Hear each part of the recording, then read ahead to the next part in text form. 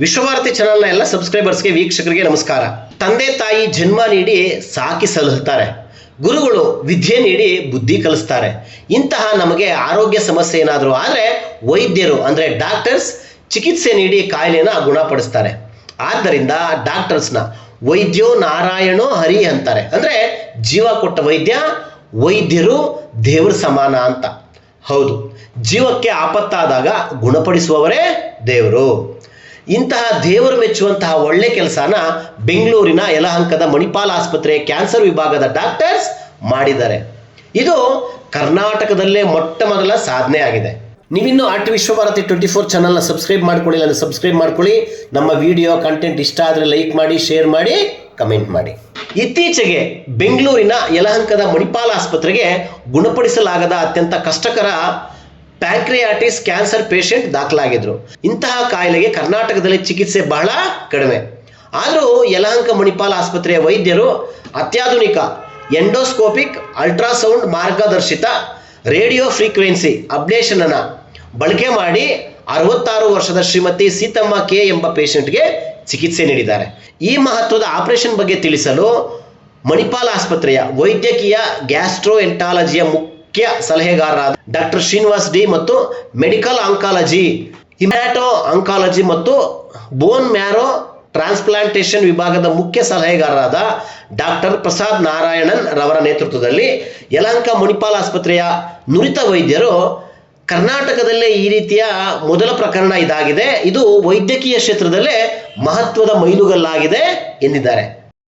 ನಮಸ್ಕಾರ, ನಾನು doctor D Srinivas ಅಂತ ಹೇಳ್ಬಿಟ್ಟು lead consultant gastroenterologist Manipal hospital north cluster. ನಮ್ಮಲ್ಲಿ 65 ವರ್ಷದ ರೋಗಿ ಒಬ್ಬರು 15 ದಿವಸ ಹಿಂದ್ಗಡೆ ಫಸ್ಟ್ ಟೈಮ್ ಬಂದಿದ್ದರು. ಅವ್ರಿಗೆ ಹೊಟ್ಟೆ ನೋವಿಂದ 2 ತಿಂಗಳಿಂದ ನರಳ್ತಾ, ತುಂಬ ಹೊಟ್ಟೆ ನೋವಿಂದ ನರಳ್ತಾ ಇದ್ರು ಮತ್ತು ಜಾಂಡಿಸ್ 1 ವಾರದಿಂದ ಸ್ಟಾರ್ಟ್ ಆಗಿತ್ತು. ಹೊಟ್ಟೆ ನೋವು ಬಂದಾಗೆ ಅವರು ಹೊರಗಡೆ ಸ್ಕ್ಯಾನಿಂಗ್ ಮಾಡಿಸಿದಾಗೆ ಕ್ರಾನಿಕ್ ಪ್ಯಾಂಕ್ರಿಯಾಟಿಸ್ ಅಂತಂದು ಹೊರಗಡೆ ಹೇಳಿದರು. ನಮ್ಮಲ್ಲಿ ಸ್ಕ್ಯಾನಿಂಗ್ ರಿಪೀಟ್ ಮಾಡಿಸಿದ ಏ ಕಾರಣಕ್ಕೆ ಅಂದರೆ ಜಾಂಡಿಸು ಮತ್ತು ಸಡನ್ನಾಗಿ ಇದು ಊಟ ಸೇರೋದಿಲ್ಲ, ತೂಕ ಕಡಿಮೆ ಆಗಿದ್ದರೆ ಕ್ಯಾನ್ಸರ್ ಬಗ್ಗೆ ನಾವು ಡೌಟ್ ಮಾಡಬೇಕು. ಆ ಕಾರಣಕ್ಕೆ ನಮ್ಮಲ್ಲಿ ಮತ್ತೆ ಅಲ್ಟ್ರಾಸೌಂಡ್ ಮಾಡಿಸಿದಾಗೆ ನಮ್ಮ ಡಾಕ್ಟ್ರು ಅಲ್ಲಿನೇ ಕ್ಯಾನ್ಸರ್ ಇದೆ ಮತ್ತು ತುಂಬ ಅಡ್ವಾನ್ಸ್ ಆಗಿದೆ ಕ್ಯಾನ್ಸರು, ರಕ್ತನಾಳಗಳು ಮತ್ತು ನರಗಳೆಲ್ಲ ಇನ್ಫಿಲ್ಟ್ರೇಟ್ ಆಗಿದೆ ಅಂತದ್ದು ಅವರು ರುಜು ಮಾಡಿದರು. ಅದಾದ ನಂತರ ನಾವು ಆ ಥರನೇ ಡಯಾಗ್ನೋಸಿಸ್ ಟ್ರೀಟ್ಮೆಂಟ್ ಮಾಡೋಕ್ಕಾಗೋದಿಲ್ಲ. ಆ ಕಾರಣಕ್ಕೆ CT ಸ್ಕ್ಯಾನ್ ಮಾಡಿಸಿ ಅದನ್ನು ಖಾತ್ರಿ ಮಾಡ್ಕೊಂಡಿದ್ವಿ ದಟ್ ಆ ಕ್ಯಾನ್ಸರು ಇದೆ. ಮತ್ತು ಆ ಥರ ಕ್ಯಾನ್ಸರ್ ಇದ್ದರೆ ಕೂಡ ಯಾವಾಗಲೂ ಬ್ಯಾಪ್ಸಿ ಮಾಡಿ ಅದಕ್ಕೆ ನಾವು ಕನ್ಫರ್ಮ್ ಮಾಡ್ಕೋಬೇಕು ಫರ್ದರ್ ಟ್ರೀಟ್ಮೆಂಟ್ಗೆ. ಏನು ಕಾರಣಕ್ಕಂದರೆ ಆಪ್ರೇಷನ್ ಮಾಡ್ತಾ ಇದ್ರಾಗ ಅದೇನು ಬ್ಯಾಪ್ಸಿ ಮಾಡೋ ಅವಶ್ಯಕತೆ ಇಲ್ಲ, ಡೈರೆಕ್ಟಾಗಿ ಆಪ್ರೇಷನ್ ಮಾಡ್ಬೋದು. ಬಟ್ ಇವರು ಬ್ಲಡ್ ವೆಸಲ್ಸ್ ಎಲ್ಲ ಇನ್ವಾಲ್ವ್ ಆಗಿದ್ದು ಮತ್ತು ಲಿವರಲ್ಲಿ ಕೂಡ ಅವ್ರಿಗೆ ಸಿರೋಸಿಸ್ ಆಫ್ ಲಿವರ್ ಅಂತ ಇತ್ತು. ಸೊ ಆ ಕಾರಣಕ್ಕೆ ಅವ್ರಿಗೆ ಆಪ್ರೇಷನ್ ಒಂದಂದರೆ ಆಪ್ರೇಷನ್ ಸ್ಟೇಜಲ್ಲಿ ಇರಲಿಲ್ಲ. ಆಪ್ರೇಷನ್ ಸ್ಟೇಜಲ್ಲಿ ಇರಲಿಲ್ಲ ಅಂತಂದು ಹೇಳಿದರೆ ಫಸ್ಟು ಅದನ್ನು ಕ್ಯಾನ್ಸರ್ ಅಂತಂದು ರುಜು ಮಾಡಬೇಕು, ಆಮೇಲೆ ಕೀಮೋಥೆರಪಿ ಏನಾದರೂ ಕೊಡಬೇಕು ಅಥವಾ ಲೋಕಲ್ ಅಬ್ಲೇಟಿವ್ ಥೆರಪಿ ಅಂತಂದು ಬರುತ್ತೆ, ಇದು ರೇಡಿಯೋ ಫ್ರೀಕ್ವೆನ್ಸಿ ಅಬ್ಲೇಷನ್ ಅಂತಂದು ಹೇಳ್ಬಿಟ್ಟು. ಸೊ ಇದಕ್ಕೆ ಇದನ್ನೆಲ್ಲ ಮಾಡಬೇಕಂತಂದು ಹೇಳ್ತಿದ್ರೆ ನಾವು ಯೂಶ್ವಲಿ 3 ರಿಂದ 4 ಪ್ರೊಸೀಜರ್ ಮಾಡಬೇಕಾಗುತ್ತೆ. ಒಂದು, ಅದನ್ನು ಬಯಾಪ್ಸಿಯಲ್ಲಿ ಫಸ್ಟ್ ಕನ್ಫರ್ಮ್ ಮಾಡಿ ಕ್ಯಾನ್ಸರ್ ಅಂತ ರುಜು ಮಾಡಬೇಕು. ಎರಡನೇದು ಅಂತ ಹೇಳಿದ್ರೆ ಅವ್ರಿಗೆ ನೋವು ನರಳ್ತಾ ಇದ್ದರೆ ನೋವಿಗೆ ಟ್ರೀಟ್ಮೆಂಟ್ ಬೇಕು. ಮೂರನೇದು ಜಾಂಡಿಸ್ ಬೇಕು ಮತ್ತು ನಾಲ್ಕನೇದು ಕ್ಯಾನ್ಸರ್ಗೆ ಟ್ರೀಟ್ಮೆಂಟ್ ಬೇಕು. ಈ ಎಲ್ಲದೂ ಕಲಿತು ಫಸ್ಟ್ ಟೈಮ್ ಕರ್ನಾಟಕದಲ್ಲಿ ನಾವು ಎಲ್ಲ ಒಂದೇ ಸೆಷನ್ನಲ್ಲಿ ಮಾಡಲಿಕ್ಕೆ ಆಯಿತು. ಪೇಷಂಟ್ ಒಬ್ಬ ರಿಲೇಟಿವ್ ಎಲ್ಲ ಒಪ್ಕೊಂಡ್ಮೇಲೆ. ಸೊ ನಾನು ಡಾಕ್ಟರ್ ಪ್ರಸಾದ್ ನಾರಾಯಣನ್ ಅಂತ, ಇದು lead consultant oncologist Manipal north cluster. ಇದೊಂದು ಸ್ಪೆಸಿಫಿಕ್ ಆಗಿ ನಮ್ಮದು ಈ ಕೇಸಲ್ಲಿ what are we going to discuss is patient centric approach. ಇವಾಗ ಕ್ಯಾನ್ಸರ್ ಟ್ರೀಟ್ಮೆಂಟ್ ಎಲ್ಲ ತುಂಬ ಇಂಪ್ರೂವ್ ಆಯಿತು. We are looking at minimally invasive procedure. Minimally invasive ಅಂತ ಮುಂಚೆ ಎಲ್ಲ ಕ್ಯಾನ್ಸರ್ ಬಂತಂತ all patients will need aggressive therapy, bigger surgeries, harder chemotherapies. But that is changing. ಮಿನಿಮಲಿ invasive ಪ್ರೊಸೀಜರಲ್ಲಿ maximum outcome ಕೊಡಬೇಕು.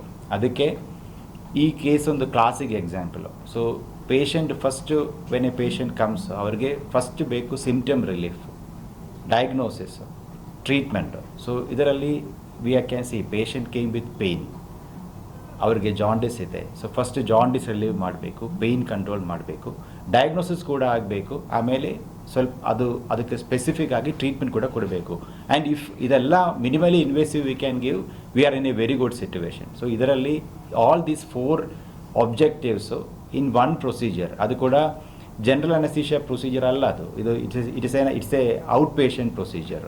ಸೊ ಈ ಥರ ಎಕ್ಸ್ಪರ್ಟೀಸು ಎಲ್ಲ ಕಡೆ ಇರಲಿಲ್ಲ. ಆ್ಯಂಡ್ ದ್ಯಾಟ್ ಇಸ್ ವೈ ಇದು ಕರ್ನಾಟಕದಲ್ಲಿ ಫಸ್ಟ್ ಟೈಮ್ ಅಂತ. ಅದು ಬೇಸಿಕಲಿ ಅದು ಎಕ್ಸ್ಪರ್ಟೀಸ್ಗೋಸ್ಕರ. ಅದು ಇದು equipment is there everywhere, but expertise is not there.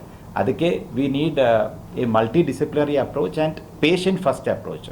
It is not about ನಮ್ಮದು ಸ್ಪೆಷಾಲಿಟಿಗೆ ಏನು ಮಾಡಬೇಕು ಅದೇ ಮಾಡ್ತೀವಿ, ಆ ಥರ ಅಲ್ಲ. ಪೇಷಂಟಿಗೆ with this presentation, with the minimal invasive approach, what is the maximum you can give? That should be our objective. That is what a multidisciplinary team does. ನಾನು doctor Sunita, lead consultant histopathology north cluster Manipal. ಈ ಥರ ಪ್ರೊಸೀಜರ್ಸ್ಗೆ ಅವರು endoscopy US ಮಾಡಿಬಿಟ್ಟು ಅಲ್ಲಿಂದ cells ತೆಗೆದು cytology ಅಂತ ಕಲಿಸ್ತಾರೆ. ಆ ಡಯಾಗ್ನೋಸಿಸು ನಾವು ವಿತಿನ್ 5 ಮಿನಿಟ್ಸ್ ಹೇಳಬೇಕು. ಫಸ್ಟ್ ಸೆಲ್ಯುಲಾರಿಟಿ ಇದೆಯಾ ಇಲ್ಲ, ಇದ್ದರೆ ಅದು ನಾರ್ಮಲ್ ಸೆಲ್ಸಾ ಅಬ್ನಾರ್ಮಲ್ ಸೆಲ್ಸಾ. ಈ ಕೇಸ್ನಲ್ಲಿ ಅವರು ಸೆಲ್ಸ್ ಕಲಿಸಿದ್ದಾರೆ, ಸ್ಲೈಡ್ಸು. ಅದು ಸ್ಟೇನ್ ಮಾಡಿಬಿಟ್ಟು within 5-10 minutes I told cells are there. ಅದರ್ನಲ್ಲಿನೂ ಅಬ್ನಾರ್ಮಲ್ ಸೆಲ್ಸ್ ಇದೆ, ಅದು ಮ್ಯಾಲಿಗ್ನೆನ್ಸಿ ಸೆಲ್ಸ್ ಥರ ಅನ್ನಿಸ್ತಾ ಇದೆ ಅಂತ 5 ಮಿನಿಟ್ಸ್ ಟು 10 ಮಿನಿಟ್ಸ್ ಟೈಮ್ ನಾವು ಅವ್ರಿಗೆ ಇನ್ಫಾರ್ಮ್ ಮಾಡಿದ್ದೀನಿ. ನೆಕ್ಸ್ಟ್ ಕೇಸ್ ಏನಂದರೆ ಸೆಲ್ಯುಲಾರಿಟಿ ಇಲ್ಲ ಅಂದ್ರೇನು ಅವ್ರಿಗೆ ಹೇಳಿದರೆ ಅವರು immediately in the same setup 1 more pass ಮಾಡಿಬಿಟ್ಟು ಸೆಲ್ಸ್ ಕಲಿಸ್ತಾರೆ. ಬಟ್ ಈ ಕೇಸ್ನಲ್ಲಿ ಆ ಥರನೇ ಆಗಿಲ್ಲ. ಫಸ್ಟ್ ಸೆಟಪ್ನಲ್ಲಿ ತುಂಬ ಸೆಲ್ಸು ಆಗಿದೆ, at the same time abnormal cells ಸಿಕ್ಕಿದೆ.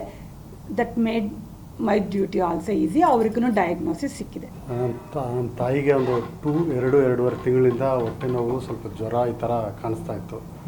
ಅದು ಊರಲ್ಲಿ ಸಿಂಧನೂರು ಅಂತಂದು ರಾಯಚೂರು ಡಿಸ್ಟಿಕಲ್ಲಿ ತೋರಿಸ್ತಾ ಇದ್ವಿ. ಅಲ್ಲಿ ಒಂದು ನೋಡ್ತಾ ಯೂರಿನರಿ ಇನ್ಫೆಕ್ಷನ್ ಅದು ಇದು ಅಂತಂದು ಹಂಗೆ ಮುಂದೆ ಹೋಯ್ತು.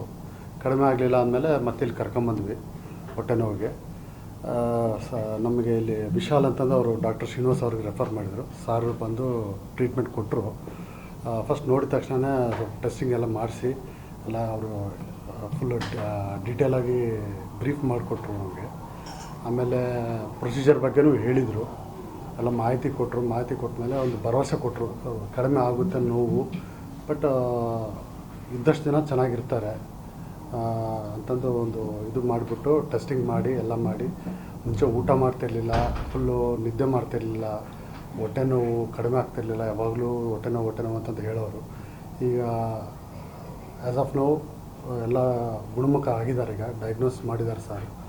ಆಮೇಲೆ ಜ್ವರ ಇದು ಒಟ್ಟು ಊಟನೂ ಮಾಡ್ತಾಯಿದ್ದಾರೆ. ಬಟ್ ಚೆನ್ನಾಗಿದೆ, ಈಗ ಒಳ್ಳೆ ರಿಸಲ್ಟ್ ಬಂದಿದೆ. ತಾಯಿಯವರ ಹೆಸರು ಸೀತಮ್ಮ ಅಂತಂದು 66 ವಯಸ್ಸು. ನಿಮ್ಮ ಹೆಸರು? ನಮ್ಮ ಹೆಸರು ವೆಂಕಟರಾವ್, ಅವ್ರ ಮಗ. ನಮಸ್ತೆ, ನನ್ನ ಹೆಸರು ಡಾಕ್ಟರ್ ಯಶವಂತ್ ಅಂತ, ಕನ್ಸಲ್ಟೆಂಟ್ ಗ್ಯಾಸ್ಟ್ರೆಂಟ್ರಾಲಜಿಸ್ಟ್, ಮಣಿಪಾಲ್ ಯಲಹಂಕ ಮತ್ತು ಹೆಬ್ಬಾಳ್ನಲ್ಲಿ ಕೆಲಸ ಮಾಡ್ತಾ ಇದ್ದೀನಿ. ಸೊ ಕ್ಯಾನ್ಸರ್ ಅಂದರೆ ಎಲ್ರಿಗೂ ಸಾಕಷ್ಟು ಭಯ ಇದೆ. ಸೊ ಬಟ್ ಏನಂದರೆ ನಾವು ಇದುವರೆಗೂ ನಮ್ಮ ಪ್ರೋಗ್ರೆಸ್ ನಮ್ಮ ಫೀಲ್ಡಲ್ಲಿ ಏನಾಗ್ತಿತ್ತು ಅಂದರೆ ಕ್ಯಾನ್ಸರ್ಗೆ ಯಾವ ರೀತಿ ಟ್ರೀಟ್ಮೆಂಟ್ ಕೊಡ್ಬೋದು, ಅದರಿಂದ ನಾವು ಹೇಗೆ ಅವ್ರಿಗೆ ಪೇಷಂಟಿಗೆ ಟ್ರೀಟ್ಮೆಂಟ್ ಕೊಡ್ಬೋದು ಅಂತಿತ್ತು. ಬಟ್ ಈಗ ನಮ್ಮ ಪರ್ಸ್ಪೆಕ್ಟಿವ್ ಚೇಂಜ್ ಆಗಿದೆ. ಅಂದರೆ ನಾವು ಕ್ಯಾನ್ಸರ್ನ ಹೇಗೆ ತುಂಬ ಅರ್ಲಿ ಸ್ಟೇಜಲ್ಲಿ ಗುರ್ತಿಡಿಯೋದು ಮತ್ತು ಅದರಿಂದ ಹೇಗೆ ಪೇಷಂಟಿಗೆ ಕ್ಯಾನ್ಸರ್ ಬರದೇ ರೀತಿಯಲ್ಲಿ ನೋಡೋದು. It is called preventive medicine. So ಅದರಲ್ಲಿ ನಾವು ಗ್ಯಾಸ್ಟ್ರೆಂಟ್ರಾಲಜಿಯಲ್ಲಿ ನಾವು ಸಾಕಷ್ಟು ರೀತಿಯಲ್ಲಿ ಟೆಸ್ಟ್ಗಳಿದ್ದಾವೆ. But almost world wide accepted ಅಂದರೆ ಎಂಡೋಸ್ಕೋಪಿ ಮತ್ತು ಕೊಲೊನೋಸ್ಕೋಪಿ, ಸ್ಕ್ರೀನಿಂಗ್ ಎಂಡೋಸ್ಕೋಪಿ ಮತ್ತು ಕೊಲೊನೋಸ್ಕೋಪಿ ಅಂತ ಹೇಳ್ತೀವಿ. ಯೂಶಲಿ ನಾನು ಕರಳ ಬಗ್ಗೆ ಹೇಳೋದಾದರೆ, ಕರಳಲ್ಲಿ ಕ್ಯಾನ್ಸರ್ ಡೆವಲಪ್ ಆಗೋಕ್ಕೆ ಆಲ್ಮೋಸ್ಟ್ 10 ವರ್ಷ ತೊಗೊಳುತ್ತೆ. 10 ವರ್ಷದಲ್ಲಿ ಆ ಸೆಲ್ಗಳು ಚಿಕ್ಕ ಪಾಲಿಪ್ ಆಗುತ್ತೆ, ಆ ಪಾಲಿಪ್ ದೊಡ್ಡದಾಗಿ ಮತ್ತೆ ಕ್ಯಾನ್ಸರ್ ಆಗುತ್ತೆ. ಸೊ ಈ 10 ವರ್ಷದಲ್ಲಿ ನಾನು ಕಂಡುಹಿಡಿದ್ರೆ ಆ ಪೇಷಂಟಿಗೆ ಕ್ಯಾನ್ಸರ್ ಬರದೇ ಇರೋ ರೀತಿಯಲ್ಲಿ ಪ್ರಿವೆಂಟ್ ಮಾಡ್ಬೋದು. ಎಂಡೋಸ್ಕೋಪಿಯಲ್ಲಿ ನಾವು ಅಡ್ವಾನ್ಸ್ ಟೆಕ್ನಿಕ್ ಅಂತ ಹೇಳ್ತೀವಿ, ಎಂಡೋಸ್ಕೋಪಿಕ್ ಮ್ಯೂಕೋಸೆಲ್ ರಿಸೆಕ್ಷನ್ ಅಥವಾ ಸಬ್ಮ್ಯೂಕೋಸೆಲ್ ಡಿಸೆಕ್ಷನ್ ಅಂತ. ಅದು ಮಾಡಿ ಪೇಷಂಟ್ಗೆ ಕ್ಯಾನ್ಸರ್ ಬರದೇ ಇರೋಂಗೆ ಮಾಡ್ಬೋದು. ನಾವು ಅಡ್ವಾನ್ಸ್ಡ್ ಕಂಟ್ರೀಸ್ ಅಥವಾ ಡೆವಲಪ್ಡ್ ಕಂಟ್ರೀಸ್, ಅಮೇರಿಕಾ ಅಥವಾ ಯುರೋಪ್ ತೊಗೊಂಡ್ರೆ ಅಲ್ಲಿ ಆಲ್ರೆಡಿ ಪ್ರೋಗ್ರಾಮ್ ಇದೆ. 45 ವರ್ಷ ಅಥವಾ 50 ವರ್ಷದ ನಂತರ 10 ವರ್ಷಕ್ಕೊಮ್ಮೆ ಕೊಲೊನೋಸ್ಕೋಪಿ ಮಾಡಬೇಕು. ಯಾಕೆಂದರೆ ಕ್ಯಾನ್ಸರ್ ಬರಲಿಕ್ಕೆ 10 ವರ್ಷ ಆಗ್ತದೆ. 10 ವರ್ಷದಲ್ಲಿ ನಾವು ಯಾವಾಗಾದರೂ ಅದನ್ನು ಪತ್ತೆ ಹಚ್ಚಿದ್ರೆ ಅದರಿಂದ ಮುಕ್ತವನ್ನಾಗಿ ಮಾಡ್ಬೋದು ಪೇಷಂಟ್. ಸೊ ಅಲ್ಲಿ ಎಲ್ಲವೂ ಗೌರ್ಮೆಂಟ್ ಸ್ಪಾನ್ಸರ್ ಮಾಡೋದ್ರಿಂದ ಒಂದು ಪೇಷಂಟ್ ಕ್ಯಾನ್ಸರ್ನ ಪ್ರಿವೆಂಟ್ ಮಾಡಿದರೆ ಅವ್ರಿಗೆ ಸಾಕಷ್ಟು ಲಾಭ ಆಗುತ್ತೆ.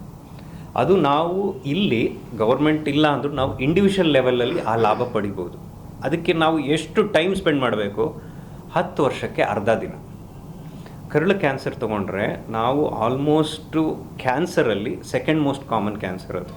ಅದರಿಂದ ಸಾಕಷ್ಟು ಜನ ಸಾಯ್ತಾರೆ ಕ್ಯಾನ್ಸರಿಂದ. ನಾವು ಈಗ ನಿಮಗೆ ಆ ಚಾಯ್ಸ್ ಕೊಟ್ಟರೆ 10 ವರ್ಷದಲ್ಲಿ ಅರ್ಧ ದಿನ ಸ್ಪೆಂಡ್ ಮಾಡಿ ಒನ್ ಆಫ್ ದ ಡೆಡ್ಲಿಯೆಸ್ಟ್ ಕ್ಯಾನ್ಸರ್ನ ಪ್ರಿವೆಂಟ್ ಮಾಡ್ಬೋದು ಅಂದರೆ ನೀವು ಆ ಚಾನ್ಸ್ ತೊಗೊತೀರಾ ಇಲ್ವಾ? ಸೊ ಅದು ಕ್ವಶನ್. ಸೊ ಅದರಲ್ಲಿ ನಾವು ಏನಂದರೆ ನಾವು ಇನಿಷಿಯಲ್ ಸ್ಟೇಜಸಲ್ಲಿ ಫಸ್ಟ್ 2 ಲೇಯರಲ್ಲಿದ್ದಾಗ ನಾವು ಅದು ಎಂಡೋಸ್ಕೋಪಿಯಲ್ಲಿ ಗುಣ ಮಾಡ್ಬೋದು. ಆ 2 ಲೇಯರಲ್ಲಿದ್ದಾಗ ಇನ್ಫ್ಯಾಕ್ಟ್ ಬ್ಲಡ್ಡಿಗೂ ಸ್ಪ್ರೆಡ್ ಆಗೋ ಚಾನ್ಸಸ್ ತುಂಬ ಕಡಿಮೆ. ಸೊ ಹಾಗೆ ಎಂಡೋಸ್ಕೋಪಿಯಲ್ಲಿ ಗುಣ ಮಾಡಿ ನೀವು ಬೆಳಗ್ಗೆ ಬಂದು ಸಂಜೆ ಕ್ಯಾನ್ಸರ್ ಬರೋ ಚಾನ್ಸ್ ಅಲ್ಲದೆ ಈವನ್ ಅರ್ಲಿ ಕ್ಯಾನ್ಸರ್ ಕೂಡ ತಡೆಗಟ್ಬೋದು ಅಂದರೆ why should we not take this chance ಅಂತ. ಸೊ ಆ ಸೌಲಭ್ಯಗಳು ನಮ್ಮಲ್ಲಿ ಅವೈಲಬಲ್ ಇದೆ. ಸೊ ಡಾಕ್ಟರ್ ಶ್ರೀನಿವಾಸ್ ಅವರು ಮೆನ್ಷನ್ ಮಾಡಿದಾಗೆ ಮ್ಯಾಗ್ನಿಫಿಕೇಷನ್ ಎಂಡೋಸ್ಕೋಪಿ ಪ್ರಾಬಬ್ಲಿ ಕರ್ನಾಟಕದಲ್ಲಿ ಪ್ರಥಮ ಹಾಸ್ಪಿಟ್ಲ್. ನಾವು ಇಲ್ಲಿ ಸಾಕಷ್ಟು ಒತ್ತು ಕೊಟ್ಟು ನಾವು ಪ್ರಿವೆಂಟಿವ್ ಮೆಡಿಸಿನ್ ಅಂದರೆ ಕ್ಯಾನ್ಸರ್ನ ಪ್ರಿವೆಂಟ್ ಮಾಡಲಿಕ್ಕೆ ಪ್ರಯತ್ನ ಮಾಡ್ತಾ ಇದ್ದೀವಿ. ಅದನ್ನು ಪತ್ತೆ ಹಚ್ಚೋಕ್ಕೆ ಮತ್ತು ಗುಣ ಮಾಡಲಿಕ್ಕೆ ನಮ್ಮಲ್ಲಿ ಸಾಕಷ್ಟು ಸೌಲಭ್ಯಗಳಿದ್ದಾವೆ. ಸೊ ನೀವು ಆ ಜರ್ನಿಯಲ್ಲಿ ಇಫ್ ಯು ವಾಂಟ್ ಅಂದರೆ ನಾವು ಅದಕ್ಕೆ ಹೆಲ್ಪ್ ಮಾಡೋಕ್ಕೆ ಸರಿ ರೆಡಿ ಇದ್ದೀವಿ.